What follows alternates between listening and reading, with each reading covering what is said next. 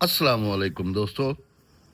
जैसा कि तुसा मैनू नहीं जानते, मैं तुहानू नहीं जानता, तो तुसा इस तरह ही सपोर्ट करेंदे रहो। रोजाना दे मेरे 50-100 फॉलोवर कम आते बने। शुक्रिया, मेहरबानी। मैं हूँ वहीदा भी है, मैनू कोई पता कोई नहीं मैं वहीदा कि भी हूँ। तो फिलहाल गेट खुले ने, गेट खोल के बाहर निकलने। तो मैनू आप कोई पता नहीं मैं हूँ जा केड़े पासे रही। देख लो मौसम इस टाइम बिल्कुल साफ सुथरा, बिल्कुल साफ ही भी है। मैं जा रही हूँ फिलहाल, कोई पता नहीं। दोस्तों मैं पहुंच गया दफ्तर से, ये पता नहीं इतने पहुंचा क्या हुआ। आज जुम्मे की दीवार है, जुम्मा भी पढ़ना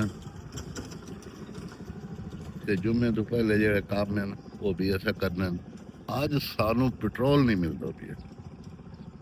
इतने पेट्रोल इतना शार्ट होया पिया, पंप ते पेट्रोल का नहीं, कहीं जगह ते कोई पेट्रोल को नहीं। गड्डी मोटरसाइकिल है तो कार खाला कल का पेट्रोल मुक गया, ओदा इथों पेट्रोल शार्ट होया पिया, किसी को नहीं मिल रही है। तो ना ही कोई पंप वाला देंदा पिया है या पंप ते खत्म हो गया है, ये कोई पता नहीं है।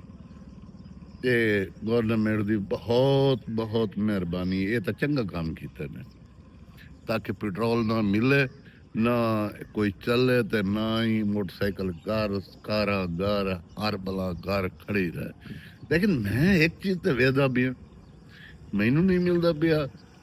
तो ये सारे मोटरसाइकिल वेख लो, ये चलते होते ऐ जा रही है, दूए जा रहे हैं, ये जा रही है, दूए सारे दे सारे चलते पे मोटरसाइकिल।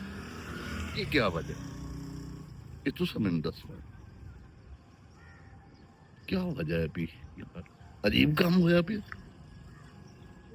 मेरे मोटरसाइकिल पेट्रोल कोई नहीं, मैनू देता कोई नहीं पिया।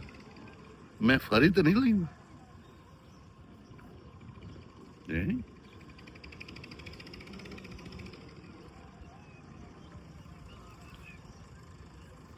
मैं एक गली है जगल वाला किया, उत खलियान कुत्ते नहीं लड़ते। पाइदा कुत्ते खलियान लड़ते, समझ आइए। ते मैं आखे पता नहीं क्यों लड़ते खले, इनू वेख्या ते बौकर जा जाता।